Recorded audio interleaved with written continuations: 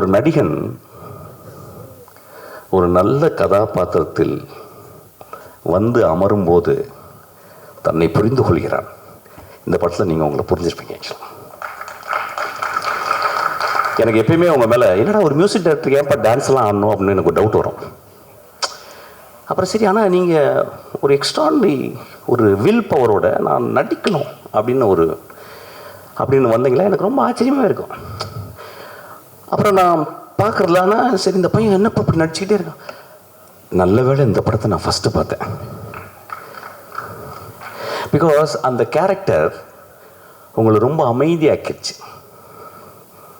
Don't say extra, don't act extra, just be there, and you are being there. That's so great acting actually. எனக்கு ஒரு வாய்ப்பு பார்த்தீங்கன்னா ரொம்ப அழகான ஒரு கதை இருக்குது. நான் கேட்குறேன், நீங்களும் சுவாதிக்காம நடிங்க. ஒரு கதை வச்சுருக்கேன், சின்ன கதை. அது வேகமாலாம் ஓடாது, ஜனரஞ்ச படம்லாம் கிடையாது, ஊரில் கிடையாது, சின்ன படம் தான். நீங்கள் 2 பேர் தான் நடிக்கணும். அது என்ன, அது சும்மா சேலஞ்சாக வச்சுக்கிறேன். இப்போ என்ன எழுதுவாங்க, இவர் படம் 6 வருஷம் படம் ரிலீஸ் ஆகாதனால இப்போ வந்து இது பண்ணார், அதெல்லாம் கிடையாது சார்.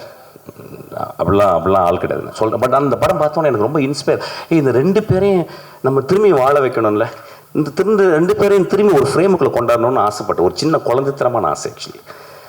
சின்ன பட்ஜெட் தான், பெரிய சம்பளம்லாம் நான் கேட்க மாட்டேன்.